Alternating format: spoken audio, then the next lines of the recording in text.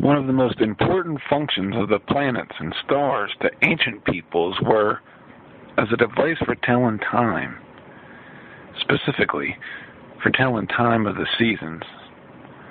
The Egyptians used the dog star Sirius as an indicator of the seasonal flooding of the Nile. This would bring the much-needed waters to their land for crops. But until the water level receded, the land was unusable. So they would have had to prepare ahead of time, storing up seeds to use in next year's crop fields. This is reminiscent of the tale of Noah, who warned people about a flood that was coming and to prepare themselves. But as far as scholars can tell, the oldest time-telling device was the moon. It is very easy to recognize the phases of the moon, as it repeats itself every 30 days. In fact, that's where the word month comes from, corresponding to the 28-day cycle of the moon, much easier than the sun's yearly cycle. However, using the lunar calendar has problems if using for the purposes of planting crops.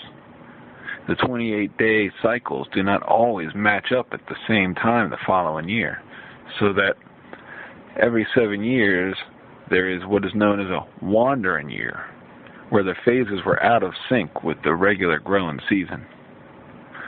The Jewish people counteracted this problem by storing up and saving enough food, supplies, and necessities to get by and survive that 7th wandering year. The lunar calendar was the dominant calendar of the ancient people of the world until the Egyptians utilized the sun's more reliable timekeeping abilities.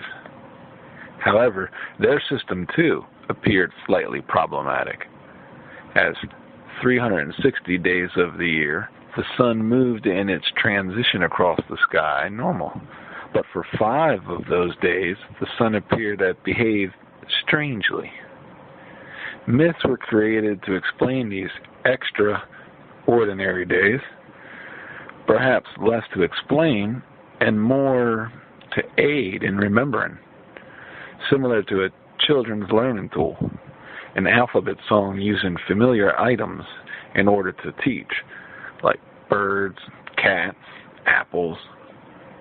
And to this day, the sun has since remained the dominant timekeeping device, and has likewise been the dominating structural archetype behind the leading world religions of the times. In any event, perhaps we can see why the planets and moon and the stars were so important to ancient people. Helps to know when winter is coming, in order to take refuge, or when summer's back, and you know when it's safe to come back out.